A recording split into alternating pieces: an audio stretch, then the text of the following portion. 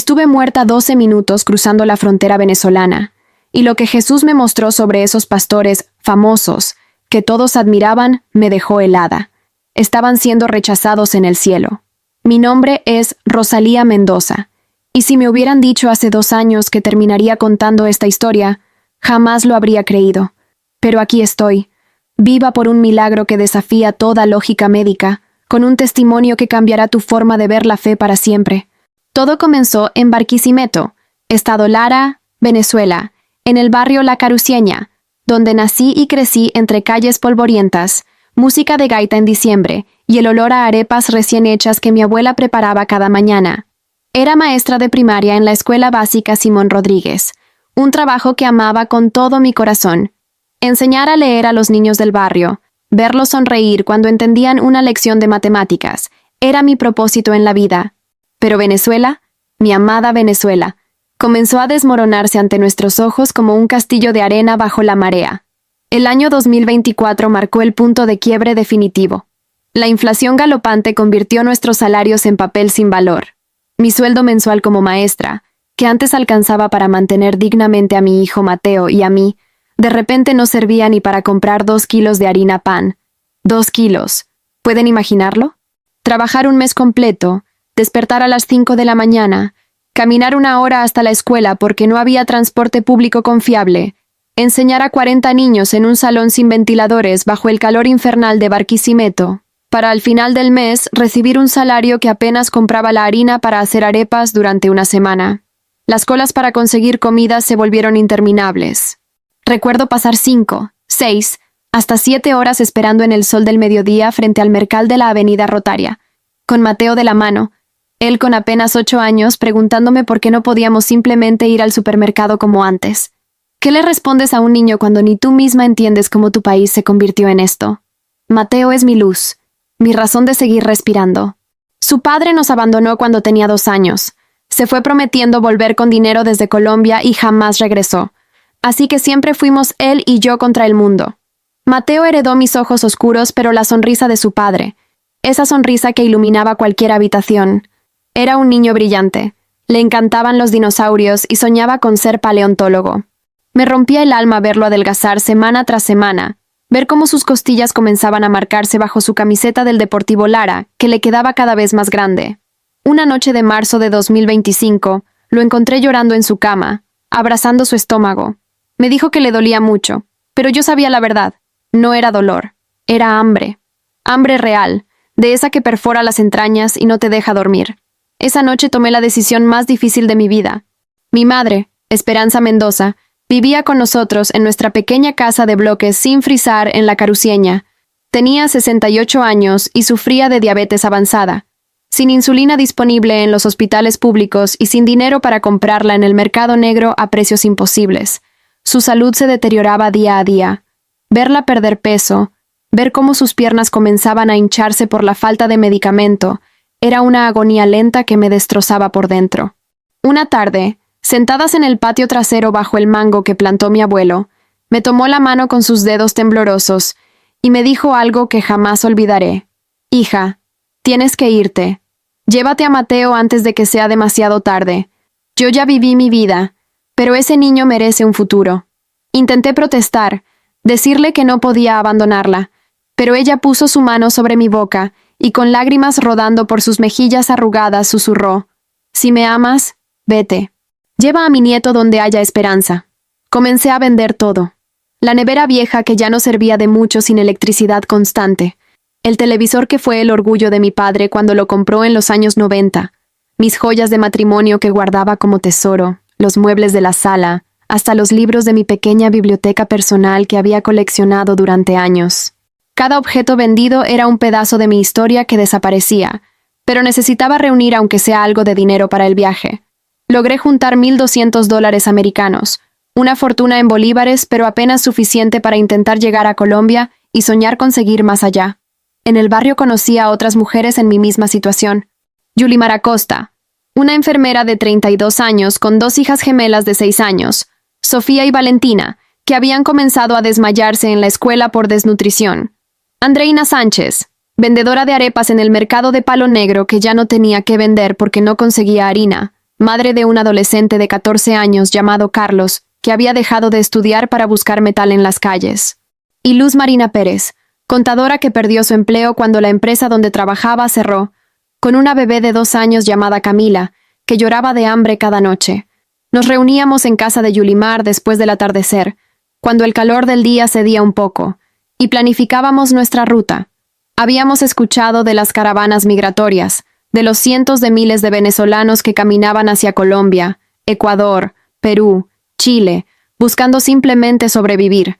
Las noticias internacionales hablaban de 7.7 millones de venezolanos que habían huido del país según la Agencia de la ONU para Refugiados, ACNUR.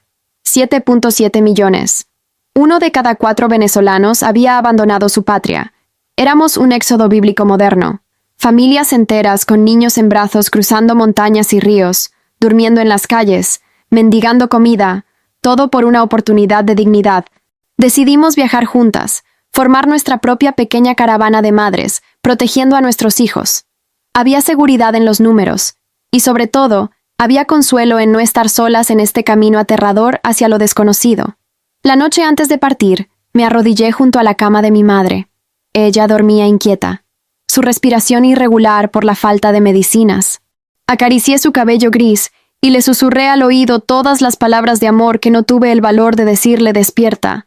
Le prometí que Mateo estaría bien, que encontraría trabajo, que le enviaría dinero para sus medicinas, que algún día regresaríamos. Promesas que no sabía si podría cumplir, pero que necesitaba hacer para poder irme sin derrumbarme completamente. A las 4 de la mañana del 15 de abril de 2025, desperté a Mateo. Empacamos lo mínimo: 2 mudas de ropa, documentos de identidad, una foto familiar, una botella de agua, algo de pan. Mateo cargaba su mochila de la escuela con su dinosaurio de peluche favorito, un tiranosaurio rex desgastado que lo acompañaba desde los 3 años. Salimos de la Carucieña mientras el barrio todavía dormía, caminando por esas calles donde crecí, donde di mis primeros pasos, donde besé por primera vez a un muchacho detrás de la bodega de Don Manuel, donde nació Mateo en el hospital público que ahora estaba en ruinas. Nos encontramos con Yulimar, Andreina y Luz Marina en la terminal de autobuses de Barquisimeto. Compartimos un bus destartalado hasta San Cristóbal, apretujadas entre decenas de otros migrantes con las mismas miradas de desesperanza y determinación. El viaje duró 12 horas por carreteras destrozadas, el bus deteniéndose constantemente en alcabalas militares, donde guardias nacionales revisaban documentos y a veces pedían sobornos para dejarnos pasar. Mateo se quedó dormido sobre mi regazo, y yo miraba por la ventana cómo Venezuela se alejaba kilómetro tras kilómetro, sabiendo en mi corazón que quizás nunca volvería a ver a mi madre con vida. Esa fue mi última arepa en Barquisimeto, mi último amanecer en mi tierra, mi última noche como la Rosalía que fui. La mujer que descendió de ese bus en San Cristóbal ya era otra, una refugiada, una migrante, una de los millones sin rostro que el mundo mira con lástima o indiferencia. Pero mi historia apenas comenzaba, y lo que me esperaba al cruzar esa frontera cambiaría no solo mi vida, sino mi eternidad. San Cristóbal era un hervidero de humanidad desesperada. Miles de venezolanos abarrotaban las calles cercanas a la frontera, durmiendo en plazas, bajo puentes, en cualquier espacio disponible, mientras planeaban el cruce hacia Colombia. La Plaza de los Mangos, normalmente un lugar tranquilo de encuentro familiar, se había convertido en un campamento improvisado donde familias enteras compartían lonas de plástico como techo y cartones como colchones. El aire olía a sudor, a comida preparada en fogatas improvisadas, a miedo y a esperanza mezclados en partes iguales. Yulimar, Andreina, Luz Marina y yo nos quedamos 2 noches allí con nuestros hijos, durmiendo por turnos para cuidarnos mutuamente, compartiendo el poco pan que nos quedaba y escuchando las historias de otros migrantes que ya habían cruzado y regresaban con advertencias. Un señor mayor de Maracaibo, con la piel curtida por el sol y los ojos hundidos de quien ha visto demasiado, nos advirtió sobre los coyotes, esos hombres que controlaban las trochas ilegales. Nos dijo que cobraban entre $50 y $100 por persona para cruzar por caminos clandestinos que evitaban el puente internacional Simón Bolívar, donde la Guardia Nacional Bolivariana y las autoridades colombianas hacían controles exhaustivos. Las trochas eran peligrosas, caminos de tierra y piedra que atravesaban el río Táchira por zonas sin vigilancia, controladas por bandas criminales que no solo cobraban el paso, sino que muchas veces asaltaban, violaban o secuestraban a los migrantes. Pero cruzar por el puente oficial requería papeles que muchos no teníamos. El pasaporte venezolano costaba más de $200 en el mercado negro y tardaban meses en emitirlo. Estábamos atrapadas entre dos males, pero no teníamos opción. Decidimos intentar cruzar por una trocha cerca de la comunidad de La Parada, donde un contacto que Andreina conocía nos prometió un paso, seguro, por $50 cada adulto, los niños gratis. La madrugada del 18 de abril, comenzamos la caminata hacia el punto de cruce. Éramos parte de un grupo de unas 30 personas, incluyendo familias completas, ancianos, mujeres embarazadas y niños pequeños. El coyote era un hombre joven llamado Javier, con gorra de los tiburones de La Guaira y una cicatriz que le cruzaba la mejilla izquierda. Hablaba rápido y duro, contando el dinero frente a nosotros sin el menor pudor, metiéndose los billetes en los bolsillos mientras nos ordenaba caminar en silencio y mantenernos juntos. El descenso hacia el río fue brutal. El camino era apenas una senda entre arbustos espinosos que nos arañaban las piernas, piedras sueltas que hacían resbalar a cada paso, y el peso de nuestras mochilas que parecía aumentar con cada metro.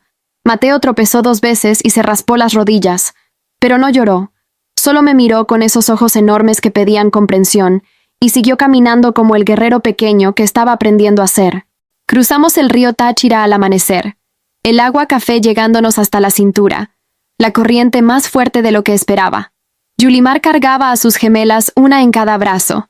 Luz Marina llevaba a la pequeña Camila en un cargador improvisado, y yo sostenía fuertemente la mano de Mateo mientras el agua fría nos empapaba la ropa. Del lado colombiano, en Villa del Rosario, norte de Santander, nos esperaba otro mundo, pero no el mundo de oportunidades que habíamos soñado. Las calles estaban llenas de migrantes como nosotros, caminando sin rumbo, pidiendo limosna, durmiendo en los andenes. Colombia estaba abrumada por la ola migratoria, con más de 2 millones de venezolanos en su territorio según las noticias que escuchábamos en los radios de las tiendas. Cúcuta y sus alrededores se habían convertido en una zona de crisis humanitaria. Fue en la terminal de transporte de Villa del Rosario donde escuchamos por primera vez sobre el Refugio Maná del Cielo. Un hombre bien vestido, con camisa blanca impoluta y una Biblia bajo el brazo, se acercó a nuestro grupo mientras descansábamos en la acera, exhaustas y mojadas. Se presentó como el diácono Miguel Ángel del Ministerio Maná del Cielo, una congregación evangélica que ayudaba a migrantes venezolanos con alojamiento, comida y apoyo para encontrar trabajo. Habló con voz dulce y convincente sobre el amor de Cristo, sobre cómo Dios no nos había abandonado en esta prueba, sobre cómo su iglesia era instrumento divino para bendecirnos. Nos entregó un volante colorido con la foto de 2 personas sonrientes, el pastor Esteban Ruiz y la pastora Marisol Vargas, líderes del ministerio. En la foto se veían prósperos, radiantes, él con traje gris y corbata azul, ella con vestido elegante y joyas discretas pero costosas. El volante prometía refugio temporal gratuito, 3 comidas diarias, orientación legal y oportunidades laborales para hermanos venezolanos. Andreina fue la primera en mostrar interés. Después de 2 días durmiendo en plazas y sin comer más que pan duro, la promesa de un techo y comida caliente sonaba como un milagro. Yulimar estaba desesperada. Las gemelas habían desarrollado fiebre por mojarse en el río y necesitaban descanso. Luz Marina me miró con ojos suplicantes. La bebé Camila lloraba inconsolable de hambre. Yo también estaba al límite de mis fuerzas. Mateo temblaba de frío con la ropa húmeda y el sol de la tarde no era suficiente para secarnos. Accedimos. El diácono Miguel Ángel nos llevó en una camioneta Toyota vieja hasta el refugio, ubicado en un barrio periférico de Villa del Rosario, llamado Callejón de los Laureles. Era una casa grande de 2 pisos, pintada de blanco con un letrero enorme en la fachada. Refugio Maná del Cielo, Ministerio Internacional, Pastor Esteban Ruiz.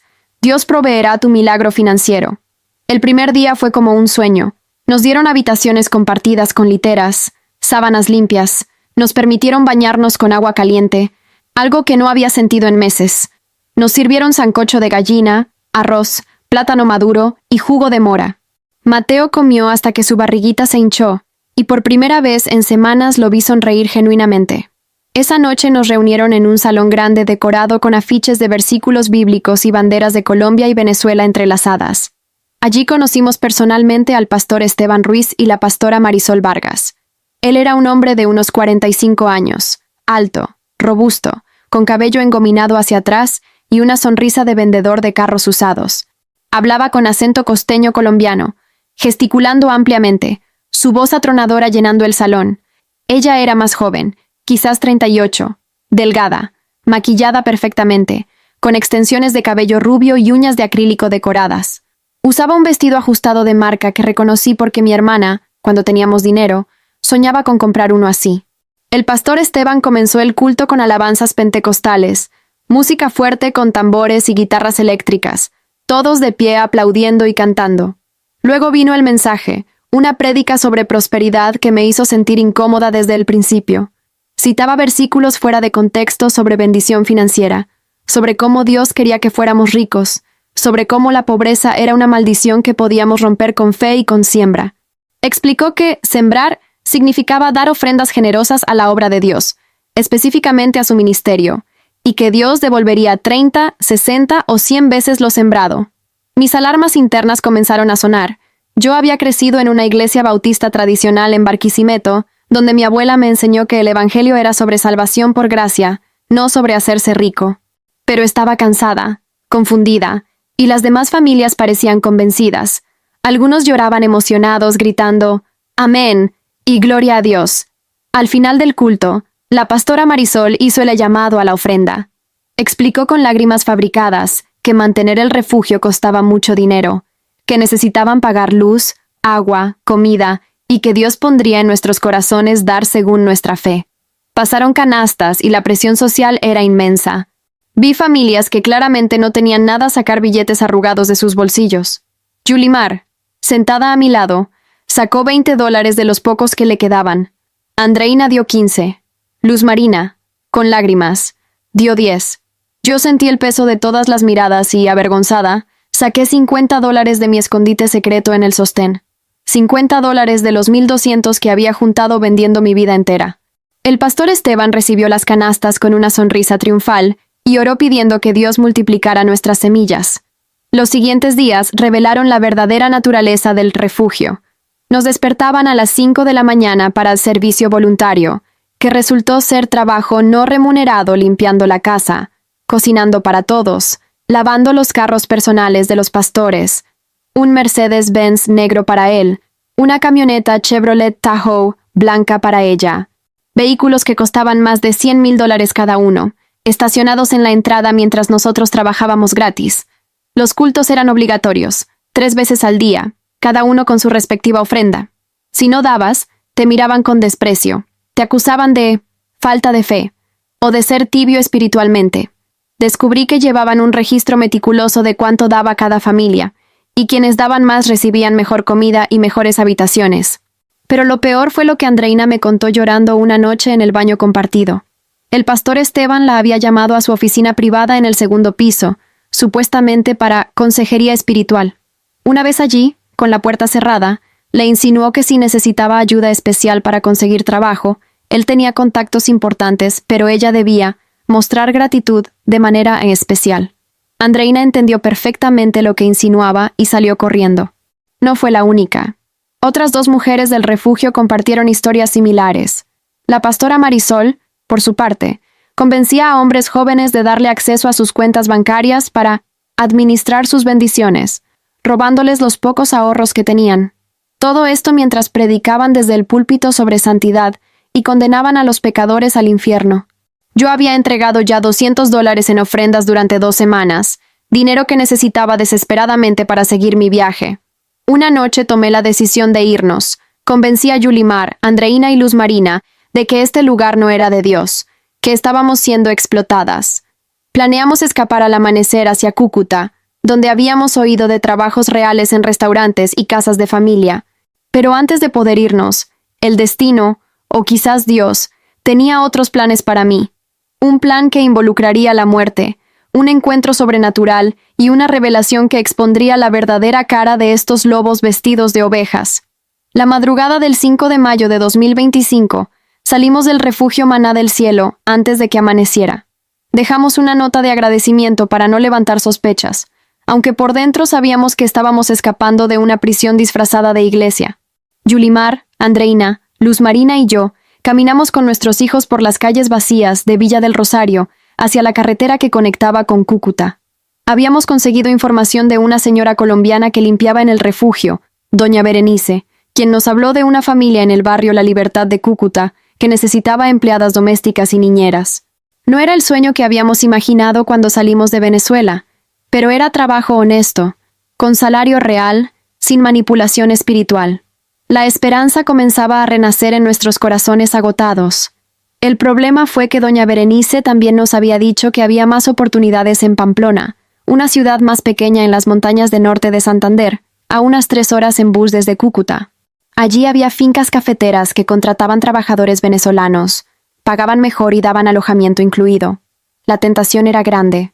Después de discutirlo, decidimos que Yulimar y Luz Marina irían primero a Cúcuta con los niños más pequeños, las gemelas y la bebé Camila, mientras que Andreina y yo con nuestros hijos mayores, Mateo y Carlos, intentaríamos llegar a Pamplona para explorar esas opciones. Si resultaba ser verdad, las llamaríamos para que se unieran.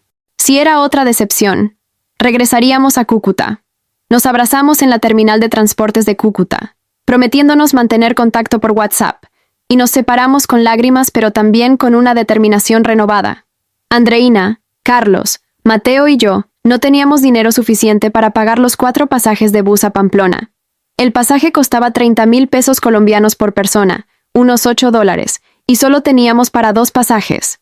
Tomamos la decisión de que Andreina y Carlos viajarían en bus, y Mateo y yo caminaríamos parte del trayecto hasta un pueblo intermedio llamado Los Patios, desde donde intentaríamos conseguir un aventón o ahorrar para un bus más corto. Era una decisión arriesgada, pero en ese punto de nuestra travesía ya no pensábamos con claridad, solo con desesperación. Nos despedimos en la terminal con la promesa de encontrarnos en Pamplona en 2 días. Mateo y yo comenzamos a caminar por la carretera que sale de Cúcuta hacia el sur.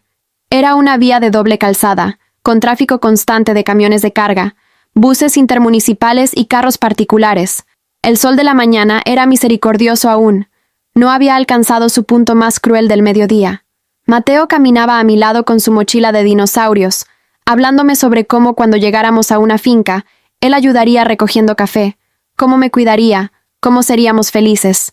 Sus palabras eran las de un niño tratando de ser adulto, y me partían el corazón. Después de 2 horas de caminata, llegamos a Los Patios, un municipio pequeño que era prácticamente un barrio extendido de Cúcuta. Descansamos en un parque cerca de la plaza principal, compartiendo una botella de agua tibia y el último pan que nos quedaba del refugio. Un señor en el parque, vendedor de tintos ambulante con su termo y sus vasitos de plástico, nos dio café gratis cuando le conté nuestra historia. Me dijo que la carretera a Pamplona era muy peligrosa para caminar, montañosa, con curvas cerradas donde los camiones no veían bien a los peatones. Me sugirió esperar en la entrada del pueblo donde los camioneros a veces recogían a viajeros. Seguí su consejo. Mateo y yo nos sentamos en la orilla de la carretera con nuestro dedo pulgar levantado como habíamos visto hacer a otros migrantes. Pasaron 2 horas. El sol del mediodía caía como plomo derretido sobre nuestras cabezas. No teníamos sombreros, no teníamos protector solar, solo la ropa sudada pegándose a nuestra piel. Mateo se quedó dormido con su cabeza sobre mi regazo, mientras yo seguía levantando el brazo cada vez que pasaba un vehículo. Nadie se detenía. Fue entonces cuando comencé a sentir que algo andaba mal en mi cuerpo. Un mareo extraño, diferente al cansancio normal. Mi visión se volvió borrosa en los bordes, como si estuviera mirando a través de un vidrio empañado. El corazón me latía de forma irregular, a veces muy rápido, a veces con pausas que me asustaban. Tenía náuseas, pero no había comido casi nada para vomitar. Mis labios estaban agrietados, sangrando, mi lengua hinchada y seca como papel de lija. Deshidratación severa. Llevábamos días sin alimentarnos bien, durmiendo poco, caminando bajo el sol, bebiendo agua sucia de ríos. Mi cuerpo había llegado a su límite y estaba apagándose, pero yo no quería reconocerlo. Me puse de pie con dificultad. Desperté a Mateo y le dije que caminaríamos un poco más hasta encontrar sombra. Avanzamos tal vez 500 metros por un camino de tierra que se desviaba de la carretera principal hacia lo que parecía ser una zona rural con algunas casitas campesinas dispersas. Buscaba desesperadamente un árbol grande, un alero, cualquier lugar con sombra donde descansar. El mundo comenzó a girar a mi alrededor. Mis piernas temblaban incontrolablemente. El dolor en el pecho se intensificó. Una presión terrible como si un elefante se hubiera sentado sobre mi esternón. Reconocí los síntomas porque mi padre había muerto de un infarto cuando yo tenía 17 años. Esto era un ataque cardíaco. Caí de rodillas en medio del camino polvoriento, las piedras clavándose en mi piel. Mateo gritó mi nombre. «Mamá, mamá, ¿qué te pasa?» Su voz sonaba lejana aunque estaba justo frente a mí. Intenté decirle que estaba bien, que solo necesitaba descansar, pero las palabras no salían de mi boca. Me desplomé de lado, mi mejilla golpeando la tierra caliente. Desde esa posición horizontal vi el rostro de Mateo sobre mí, sus ojos enormes llenos de terror, lágrimas cayendo sobre mi cara mientras me sacudía los hombros gritando que no me durmiera, que no lo dejara solo. Su voz se volvió un eco distante. El dolor en el pecho explotó en una agonía final y luego, simplemente, se detuvo. Todo se detuvo. El calor, el dolor, el miedo, silencio absoluto, oscuridad completa. Yo, Rosalía Mendoza, maestra de primaria de Barquisimeto, madre soltera de 8 años de lucha, migrante venezolana número 7.7 millones y uno, acababa de morir en un camino de tierra en Los Patios, Colombia, a los 34 años de edad.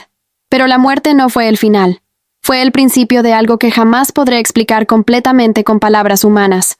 Primero fue la sensación de flotar, de no tener peso, de no tener cuerpo. Abrí los ojos, pero no eran mis ojos físicos. Era otra forma de ver. Me vi a mí misma tirada en el suelo. Mateo arrodillado junto a mi cuerpo sin vida, sacudiéndome y llorando desconsolado. Vi a un campesino acercarse corriendo desde una casa cercana. Vi cómo le gritaba a su esposa que llamara a una ambulancia. Vi cómo intentaba tomarme el pulso en el cuello y negaba con la cabeza. Estaba muerta, clínicamente muerta. Mi corazón había dejado de latir. Y sin embargo, yo estaba allí, suspendida sobre la escena, observando todo con una claridad imposible. Entonces apareció el túnel. Todos los relatos de experiencias cercanas a la muerte que había escuchado en mi vida me parecían exagerados, inventados, demasiado perfectos para ser reales. Pero allí estaba yo, siendo atraída hacia un túnel de luz que surgía desde ningún lugar y hacia todas partes a la vez. No era un túnel físico, era dimensional, como si el espacio mismo se doblara para crear un camino. La luz al final no era luz como la conocemos, era luz viva, pulsante, llena de amor tan concentrado que dolía de pura belleza. Viajé a través de ese túnel a una velocidad imposible, pero sin sensación de movimiento. El tiempo no existía allí. Podían haber sido segundos o siglos. Emergí en un lugar que no puedo describir porque no tiene comparación con nada terrenal. Un espacio infinito de luz dorada, pero no vacío, sino lleno de presencias, de música sin sonido, de paz que sobrepasaba todo entendimiento. Y allí, esperándome, estaba Él, Jesús, el Hijo de Dios, el Salvador del mundo. No era una figura religiosa de estampita, no era el Jesús rubio de ojos azules de las películas americanas. Era un ser de luz tan glorioso, tan lleno de majestad y poder, que debería haberme aterrorizado, pero en lugar de miedo sentí amor absoluto. Su presencia irradiaba compasión, santidad, autoridad total sobre todo lo creado. Tenía forma humana, pero también era más que humano. Sus ojos eran como fuego y como océano al mismo tiempo. Veían todo de mí, cada pensamiento, cada acción, cada dolor, cada alegría, y aún así me amaba completamente. Se acercó a mí y me abrazó. Nunca en mi vida, ni siquiera en los brazos de mi madre cuando era niña, había sentido tal seguridad, tal aceptación total. En ese abrazo sanaron todas mis heridas, todos mis traumas, todo mi cansancio. Lloré sin lágrimas porque no tenía cuerpo físico para producirlas, pero mi alma lloraba siglos de dolor humano. Él me sostuvo sin hablar al principio, permitiéndome simplemente ser, simplemente existir en ese amor perfecto. Luego habló, pero no con voz audible, sino directamente a mi espíritu. Rosalía, hija mía amada, tu dolor representa el dolor de millones. Tu éxodo es el éxodo de mi pueblo. He visto cada lágrima, he contado cada paso, he sostenido a Mateo en mis manos invisibles, cuando pensabas que estaba solo. Sus palabras no eran solo información, eran experiencia vivida. Mientras hablaba, yo sentía lo que él sentía.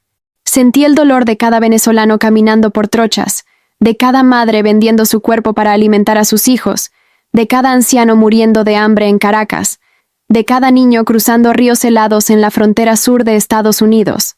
Millones de almas en éxodo. Y él los conocía a todos por nombre. «Ahora verás lo que yo veo», dijo, y su tono cambió. Había tristeza en sus palabras, una tristeza infinita. «Verás a quienes usan mi nombre para explotar a los quebrantados, a quienes se enriquecen con el sufrimiento de los míos, a quienes predican en mi nombre pero no me conocen». Mi corazón espiritual se contrajo. Sabía de quién hablaba. Iba a mostrarme algo terrible, algo necesario, y yo no tenía opción más que mirar. Jesús extendió su mano hacia el espacio infinito de luz que nos rodeaba, y la atmósfera cambió instantáneamente. La paz gloriosa se transformó en algo denso, pesado, como si el aire mismo se llenara de plomo. No estábamos ya en aquel lugar de luz dorada, sino suspendidos sobre algo que me hizo estremecer hasta lo más profundo de mi ser. Era el infierno. No el infierno de caricaturas con diablos rojos y tridentes, sino un lugar de oscuridad consciente, de separación absoluta de Dios, de tormento eterno que era tanto físico como espiritual. Podía sentir el calor abrasador que emanaba de abajo, pero peor que el fuego era la desesperación, la ausencia total de esperanza. Un grito colectivo subía desde las profundidades, millones de voces en agonía perpetua, sabiendo que no habría fin, que esto era para siempre. Jesús me sostuvo firmemente porque sin su sostén, creo que mi espíritu se habría desintegrado del horror puro. «Pari, no te muestro esto para aterrorizarte», dijo con voz llena de dolor, «sino para que entiendas la seriedad de lo que está en juego. Muchos en la tierra piensan que el infierno es un invento para controlar a las personas, pero es real, Rosalía. Es la consecuencia de rechazarme, de vivir para uno mismo, de explotar a otros en mi nombre».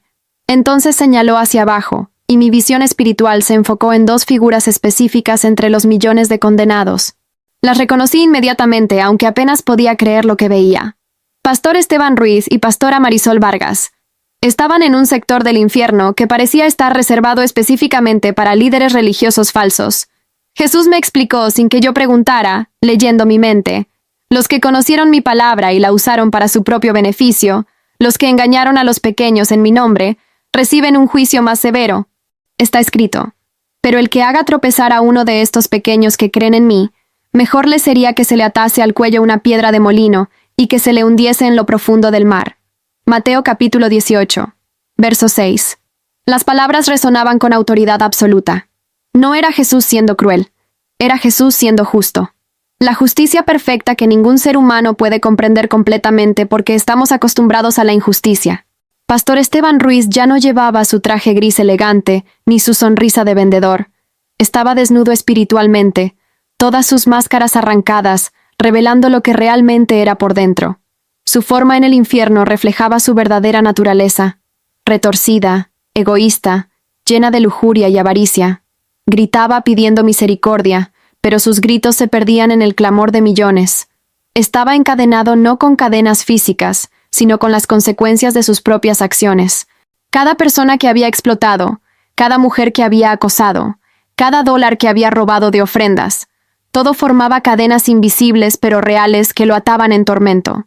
Y lo peor, me explicó Jesús, era que él recordaba perfectamente cada oportunidad que tuvo de arrepentirse, cada vez que su conciencia le había advertido, cada sermón que predicó sobre santidad mientras vivía en pecado secreto. Esos recuerdos lo torturaban más que el fuego. Jesús comenzó a revelarme los pecados específicos de Esteban, que yo no conocía completamente. Vi como en una película espiritual los últimos 10 años de su ministerio. Había comenzado genuinamente, como un joven predicador en una iglesia pequeña de Cartagena que realmente amaba a Dios. Pero poco a poco, la tentación del dinero y el poder lo corrompieron. Comenzó a predicar prosperidad porque llenaba más los asientos que predicar sobre santidad y cruz. Descubrió que podía vivir cómodamente del diezmo y las ofrendas si manipulaba emocionalmente a las personas. Compró su primer Mercedes-Benz con dinero de una ofrenda especial que supuestamente era para construir un orfanato que nunca construyó. $458,000 habían pasado por sus manos en ofrendas durante los últimos 5 años. Dinero dado por personas pobres, muchos de ellos migrantes venezolanos desesperados, y él lo había usado para su mansión en una zona exclusiva de Bogotá, para viajes a Miami, para mantener una amante que tampoco sabía que él estaba casado con Marisol. Pero lo más vil, lo que me hizo llorar de indignación, fue ver en esta revelación divina cómo había abusado sexualmente de al menos 7 mujeres migrantes venezolanas en su oficina privada del refugio. Mujeres vulnerables que no tenían a dónde ir, que dependían de su caridad, y él usaba esa posición de poder para exigirles favores sexuales a cambio de comida para sus hijos, a cambio de no echarlas a la calle.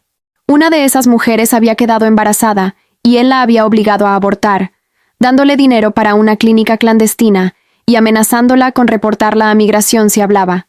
Todo esto mientras predicaba los domingos sobre pureza sexual y condenaba a los pecadores. Jesús me mostró que Esteban había tenido 73 oportunidades específicas de arrepentirse genuinamente. 73 momentos donde el Espíritu Santo le había hablado claramente, donde había sentido convicción en su corazón, donde podía haber dejado todo y vuelto a Dios. En cada una de esas oportunidades eligió su comodidad, su reputación, su dinero. Pastora Marisol Vargas estaba cerca de él en el infierno, pero no juntos. En el infierno no hay compañía, no hay consuelo. Cada alma está completamente aislada en su tormento, aunque esté rodeada de millones. Ella gritaba diferente que él. Sus gritos eran de rabia, no de arrepentimiento. Incluso en el infierno seguía culpando a otros. Seguía sin aceptar responsabilidad. Jesús me mostró su vida también. Marisol había crecido en una familia cristiana pobre en Buenaventura. Había conocido el evangelio verdadero desde niña, pero había rechazado la cruz por la corona. Quería ser famosa, reconocida, rica. Se casó con Esteban no por amor, sino porque vio en él una oportunidad de ascender. Juntos construyeron su imperio religioso basado en mentiras. Ella era la que manejaba las finanzas, la que llevaba la contabilidad doble, una para mostrar al gobierno y otra real. Era la que convencía a hombres jóvenes migrantes de darle acceso a sus cuentas bancarias, haciéndose pasar por asesora financiera ungida por Dios, para luego vaciar esas cuentas y bloquear a las víctimas. Vi casos específicos que me destrozaron. Un joven venezolano de Maracaibo, llamado Jesús Ramón, mecánico de 23 años que había llegado al refugio con sus ahorros de toda su vida, $3,000 que planeaba usar para traer a su madre enferma desde Venezuela. Marisol lo convenció de que invirtiera ese dinero en el ministerio, y Dios lo multiplicaría. Nunca volvió a ver ese dinero. Su madre murió sola en Maracaibo 3 meses después sin poder pagar las medicinas. Ese joven Jesús Ramón eventualmente se suicidó de desesperación en un puente de Cúcuta. Su sangre estaba en las manos de Marisol, y había decenas de casos similares. El total robado por Marisol personalmente en sus esquemas financieros superaba los $200,000. Todo dinero de migrantes, de pobres, de desesperados que creyeron que una líder cristiana no los engañaría. Pero Jesús no se detuvo allí. Amplió mi visión y me mostró que Esteban y Marisol no estaban solos. Había una multitud de líderes religiosos en ese sector del infierno, algunos que reconocí por haber salido en noticias internacionales. Vi a un pastor mexicano muy famoso de una mega iglesia en Guadalajara llamado Samuel Joaquín Flores, conocido como el Apóstol de los Millones, que había sido arrestado en 2019 por tráfico de personas y abuso sexual de menores en su congregación. Jesús me reveló que él no se había arrepentido genuinamente ni siquiera en prisión. Siguió manipulando a sus seguidores desde la cárcel y había muerto en 2024 de un infarto sin reconciliarse con Dios. Vi a una predicadora estadounidense de una mega iglesia en Miami, Deborah Sterling, que predicaba prosperidad extrema mientras desviaba millones en donaciones supuestamente destinadas a ayuda humanitaria en América Latina hacia cuentas personales en las Islas Caimán. Había muerto en un accidente de su jet privado en 2025. Vi líderes de iglesias grandes en Bogotá, Ciudad de México, Houston, que habían explotado la fe de inmigrantes latinos prometiéndoles documentos migratorios a cambio de ofrendas gigantescas, que nunca produjeron papeles. Vi pastores que habían violado a mujeres de sus congregaciones bajo pretexto de liberación espiritual. Vi evangelistas famosos de televisión que vivían en mansiones de $20 millones, mientras miles de sus seguidores pobres apenas sobrevivían, pero seguían enviando sus diezmos fielmente creyendo que Dios los prosperaría. Todos ellos habían rechazado oportunidades de arrepentimiento. Todos habían conocido la verdad y la habían cambiado por ganancia personal, y ahora enfrentaban justicia eterna. Jesús citó escritura tras escritura, su voz resonando con autoridad que hacía temblar mi ser espiritual. Mateo 25, versículos 35 al 40. Porque tuve hambre, y no me dieron de comer, tuve sed, y no me dieron de beber, fui forastero, y no me recibieron, estuve desnudo, y no me vistieron, enfermo, y en la cárcel, y no me visitaron. Entonces también ellos le responderán diciendo, Señor, ¿cuándo te vimos hambriento, sediento, forastero, desnudo, enfermo, o en la cárcel, y no te servimos? Entonces les responderá diciendo, de cierto os digo que en cuanto no lo hicisteis a uno de estos más pequeños, tampoco a mí lo hicisteis. ¡Ah! Las palabras penetraban mi alma. Los migrantes éramos esos más pequeños. Cada vez que Esteban y Marisol nos explotaron, rechazaron a Cristo mismo. Jesús continuó. Santiago, capítulo 5, versículos 1 al 6. Vamos ahora, ricos, llorad y aullad por las miserias que os vendrán. Habéis acumulado tesoros para los días finales. He aquí, clama el jornal de los obreros que han cosechado vuestras tierras, el cual por engaño no les ha sido pagado por vosotros, y los clamores de los que habían cegado han llegado a los oídos del Señor de los ejércitos. Cada versículo era como un martillo de justicia cayendo sobre aquellos líderes falsos. No era Jesús siendo vengativo, era Jesús siendo perfectamente justo. Él les había dado tiempo, oportunidades, advertencias. Ellos eligieron rechazarlas todas. Me mostró entonces el contraste. Vi en otra visión a líderes cristianos genuinos que habían servido fielmente, que habían vivido con poco para dar mucho, que habían amado realmente a los migrantes y pobres sin esperar nada a cambio. Vi a una misionera colombiana llamada Hermana Teresa María, que había gastado 40 años sirviendo en Villa del Rosario, ayudando a migrantes, viviendo en pobreza voluntaria, durmiendo en el suelo para que otros tuvieran camas. Ella acababa de morir la semana pasada a los 82 años y estaba en el cielo, coronada de gloria, recompensada eternamente por su fidelidad.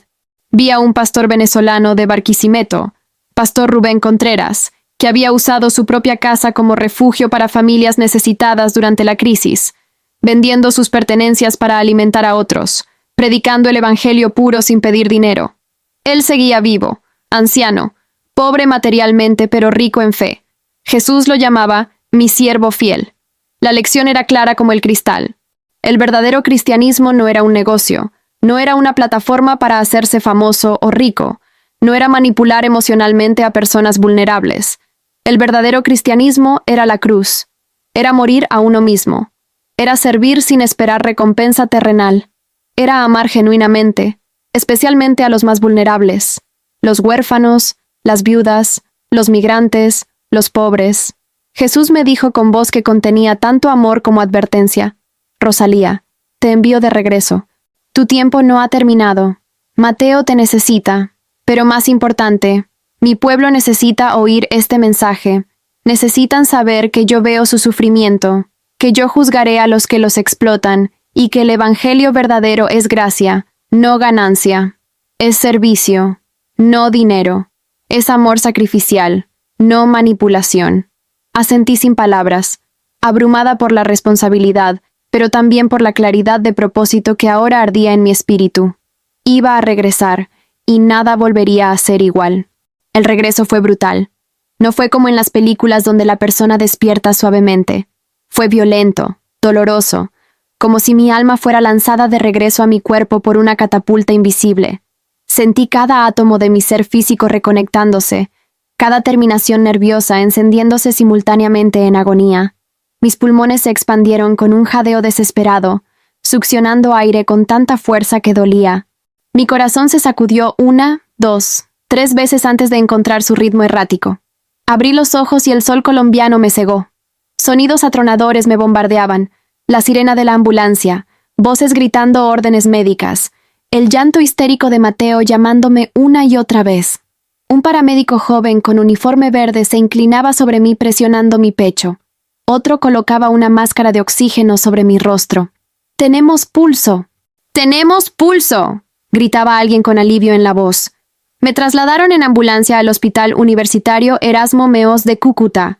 Durante el trayecto entraba y salía de la conciencia, pero cada vez que abría los ojos, veía a Mateo sentado junto a mí, agarrando mi mano como si soltarla significara perderme de nuevo para siempre. Sus mejillas estaban surcadas de lágrimas secas, sus ojos rojos e hinchados, pero me miraba con una mezcla de terror y esperanza que me rompía el corazón. Intenté hablar, pero la máscara de oxígeno y mi garganta destrozada solo permitían sonidos guturales. El paramédico me dijo que me calmara, que había estado muerta por 12 minutos según los testigos, que era un milagro que estuviera viva, que mi corazón se había detenido completamente por paro cardíaco causado por deshidratación extrema, desnutrición y agotamiento. 12 minutos. El tiempo exacto que estuve con Jesús, aunque allí había parecido tanto una eternidad como un instante. Pasé 3 días en el hospital. Los médicos estaban desconcertados. Técnicamente debería haber sufrido daño cerebral irreversible por la falta de oxígeno durante esos 12 minutos, pero todos los exámenes neurológicos salieron perfectos. El doctor González, un cardiólogo colombiano de unos 50 años con canas en las sienes y mirada amable, me dijo que en sus 25 años de carrera nunca había visto una recuperación así. «Es usted una mujer de suerte», dijo sonriendo. Yo sabía que no era suerte, era propósito divino. Tenía una misión que cumplir, y Dios me había devuelto específicamente para cumplirla. Durante esos 3 días en la cama del hospital, Mateo nunca se separó de mi lado. Dormía en una silla plegable junto a mi cama, comía lo que las enfermeras le daban de caridad, y me contaba historias de dinosaurios para mantenerme despierta. Andreina llegó desde Pamplona cuando se enteró de lo sucedido, trayendo a Carlos con ella. Yulimar y Luz Marina vinieron desde Cúcuta con sus hijos. Todas lloraron abrazándome, agradeciéndole a Dios por el milagro. Pero yo sabía que no podía contarles aún todo lo que había experimentado. Las palabras eran inadecuadas para transmitir la magnitud de lo que vi. Necesitaba tiempo para procesarlo, para entender cómo compartir este mensaje sin sonar como una loca. El hospital me dio de alta con instrucciones de descanso absoluto, hidratación constante y seguimiento médico que yo sabía que no podría pagar. No tenía seguro de salud, no tenía documentos colombianos. Era una migrante ilegal técnicamente. Pero las enfermeras, benditas mujeres colombianas de corazones enormes, hicieron colecta entre ellas y me dieron suficiente dinero para comprar las medicinas básicas que necesitaba. También me conectaron con un albergue temporal administrado por la Cruz Roja en el barrio La Libertad de Cúcuta, un lugar genuino sin explotación religiosa, donde podríamos quedarnos Mateo y yo por 2 semanas mientras me recuperaba. Fue durante esas 2 semanas de reposo cuando comencé a escribir todo en un cuaderno viejo que Yulimar me regaló. Escribí cada detalle de mi experiencia, el túnel de luz, el encuentro con Jesús, su abrazo, las revelaciones sobre Pastor Esteban y Pastora Marisol, la visión del infierno, los versículos bíblicos que él citó, las instrucciones que me dio. Llenaba páginas y páginas en español con mi letra temblorosa, llorando mientras recordaba, sintiendo de nuevo ese amor absoluto de Cristo, pero también el peso tremendo de la responsabilidad que me había encomendado. Una noche, reuní a Yulimar, Andreina y Luz Marina en la pequeña habitación del albergue después de que los niños se durmieran, y les leí mi testimonio completo. Silencio total. Luego lágrimas. Andreina fue la primera en hablar. Rosalía, esto explica todo. Yo siempre sentí que algo estaba mal en ese refugio, que no era de Dios, pero estaba tan desesperada que ignoré mi conciencia. Yulimar agregó, necesitamos hacer algo. No podemos permitir que sigan engañando a más gente. Tomamos una decisión colectiva esa noche. Primero, escribiríamos una denuncia formal contra Esteban Ruiz y Marisol Vargas ante la Fiscalía General de Colombia, documentando todos los abusos que habíamos presenciado y experimentado. Segundo, contactaríamos a otras víctimas del refugio para que sumaran sus testimonios. Tercero, buscaríamos medios de comunicación locales que quisieran investigar la historia. Cuarto, y más importante, comenzaríamos nuestra propia red de apoyo para migrantes venezolanos, basada en los principios reales del Evangelio. Servicio desinteresado, amor genuino, transparencia total. La llamamos Red Rosalía. No por vanidad, sino porque Yulimar insistió en que mi nombre representaba resurrección y esperanza para todas nosotras. Los siguientes meses fueron de trabajo intenso. Conseguí empleo como empleada doméstica en casa de una familia colombiana en el barrio Caobos de Cúcuta, los señores Ramírez, que me pagaban salario justo, me trataban con dignidad y hasta me permitían llevar a Mateo después de la escuela para que hiciera sus tareas mientras yo trabajaba. Con mi primer salario completo, no compré cosas para mí.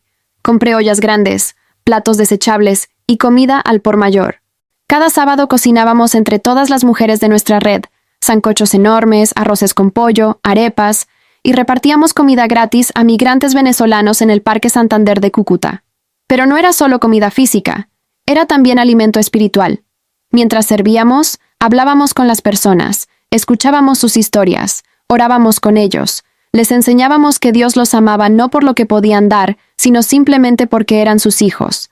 Organizamos cultos caseros cada domingo en el albergue donde vivíamos, invitando a cualquier venezolano que quisiera venir. No pedíamos ofrendas jamás.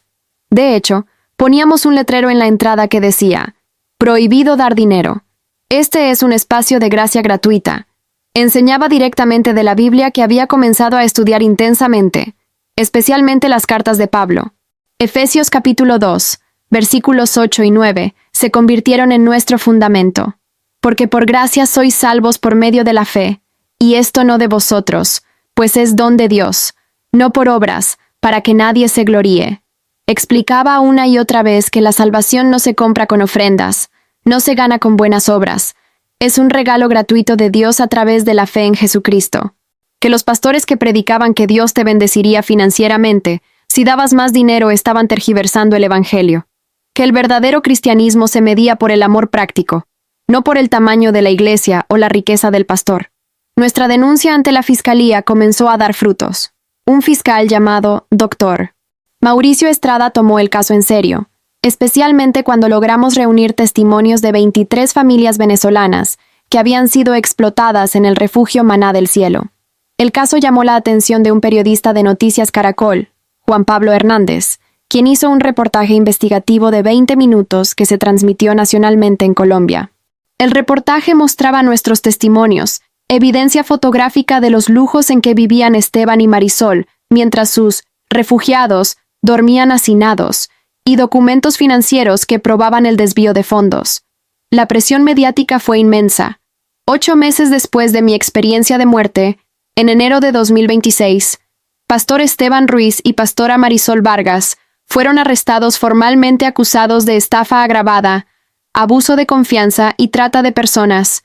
Varias de las mujeres que él había abusado sexualmente encontraron el valor para denunciar públicamente gracias a nuestro ejemplo.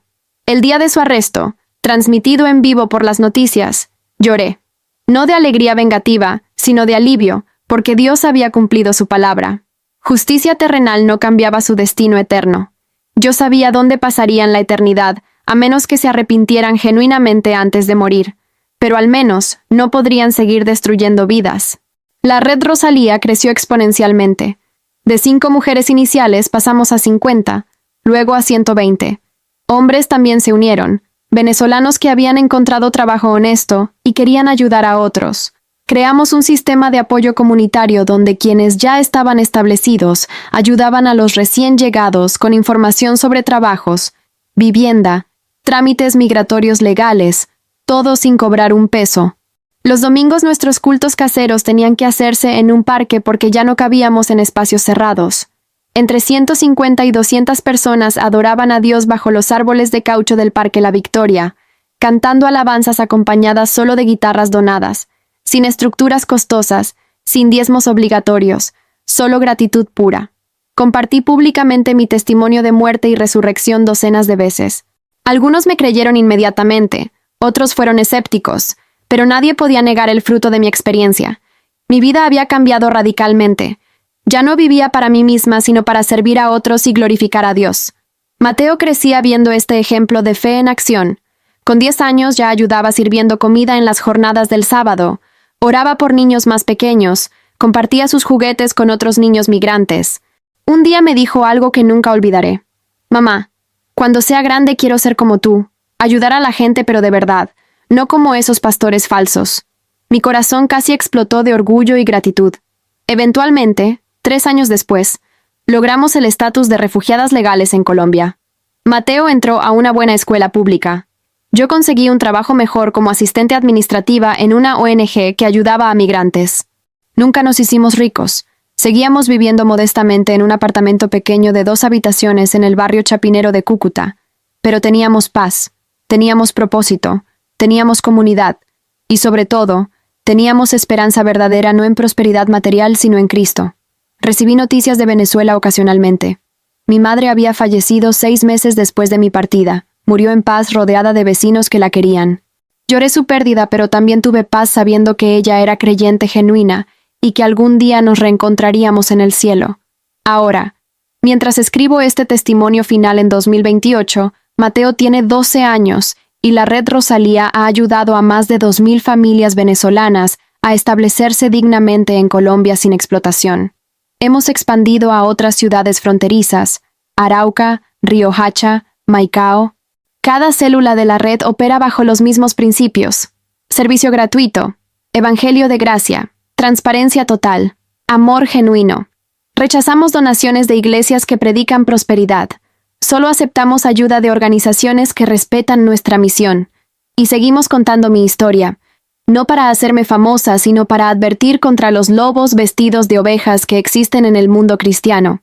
Mi mensaje final es este: hermano, hermana migrante que estás leyendo o escuchando esto, quiero que sepas que Dios ve tu sufrimiento. Ve cada paso que das caminando por trochas. Ve cada lágrima que derramas extrañando tu tierra. Ve cada sacrificio que haces por tus hijos. Y te ama profundamente. Pero cuidado con líderes religiosos que te prometen prosperidad material a cambio de dinero. Jesús nunca prometió riqueza terrenal. Prometió vida eterna. El verdadero evangelio es que Cristo murió por tus pecados, resucitó al tercer día y ofrece salvación gratuita por fe. No tienes que comprarla, no tienes que merecerla, solo tienes que recibirla. Y cuando la recibas verdaderamente, tu vida se transformará no en riqueza, sino en servicio, no en comodidad, sino en amor sacrificial. Si fuiste explotado por falsos pastores como yo lo fui, no permitas que eso te aleje de Dios. Dios no es esos pastores. Dios es amor perfecto, justicia perfecta, gracia infinita. Y Él juzgará a quienes usan su nombre para explotar a los vulnerables. Recuerda las palabras de Jesús en Mateo 25.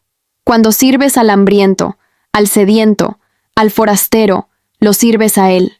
No necesitas un edificio lujoso para adorar a Dios. Dios está donde hay 2 o 3 reunidos en su nombre, donde hay un abrazo genuino al necesitado, donde hay consuelo al quebrantado. Oro ahora mismo por cada persona que ha escuchado mi testimonio. Padre Celestial, en el nombre de Jesús, oro por cada migrante que camina en éxodo buscando una vida mejor. Sosténlos en tu mano, guía sus pasos, provee para sus necesidades. Protégelos de falsos profetas que querrían explotarlos. Abre sus ojos espirituales para ver la diferencia entre religión manipuladora y evangelio verdadero. Trae convicción a los líderes religiosos que están usando tu nombre para enriquecerse. Dales oportunidad de arrepentirse antes de que sea demasiado tarde.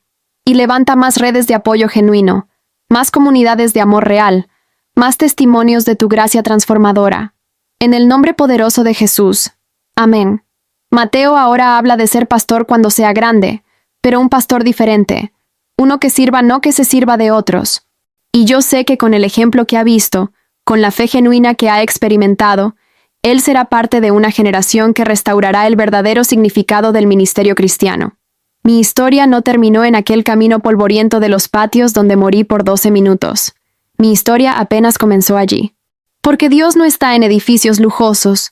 Dios está en el abrazo que le das al hambriento, en el vaso de agua que ofreces al sediento, en la dignidad que restauras al migrante.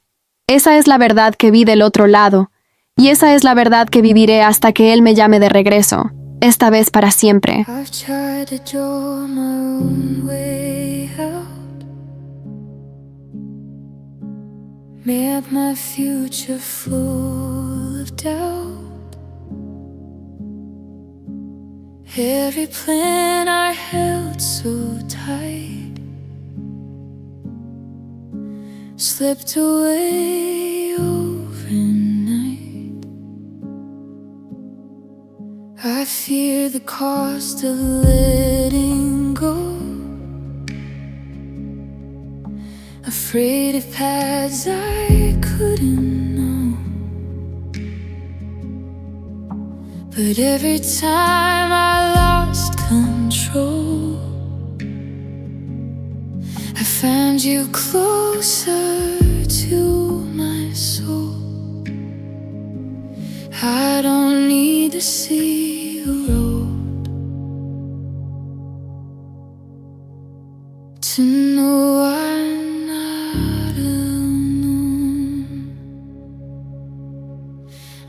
safe inside your will,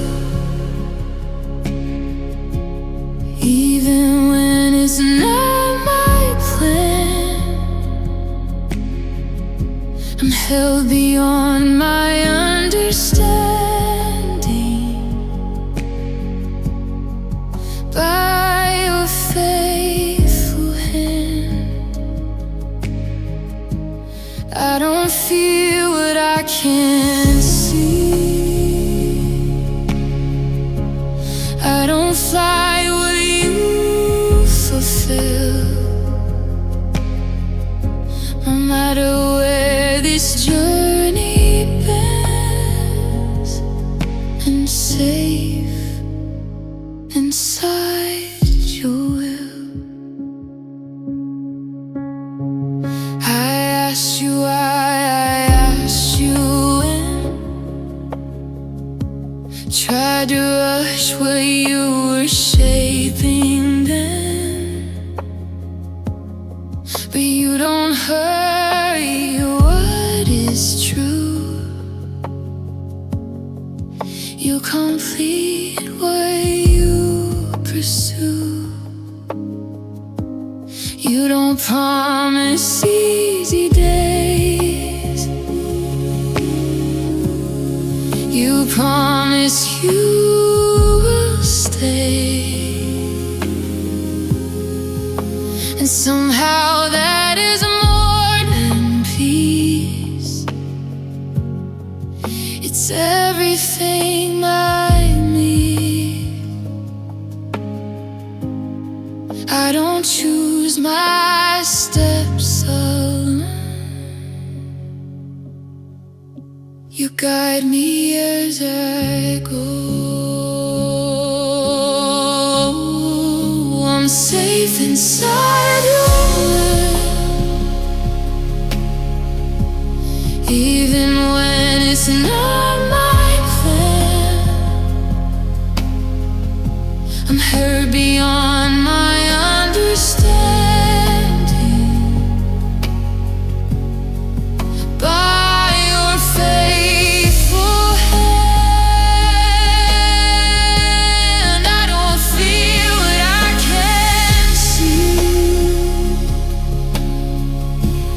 I don't fight what you fulfill.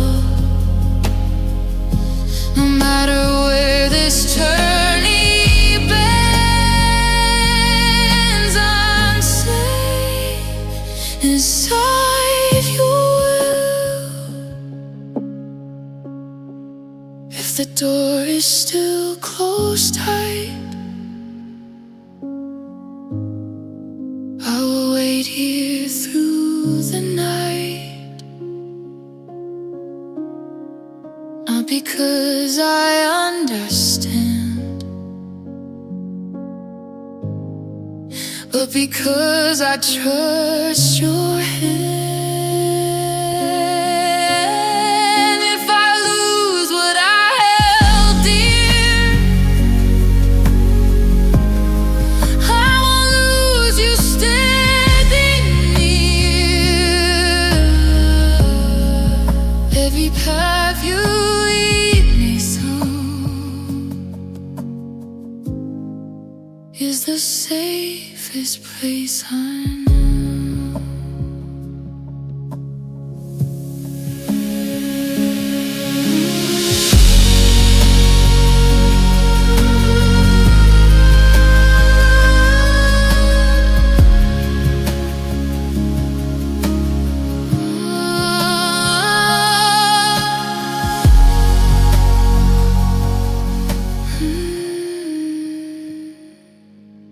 I'm safe inside your will. When the future feels unsure, I don't need the answers now. Your presence is my cure. I release my need to steal. I release my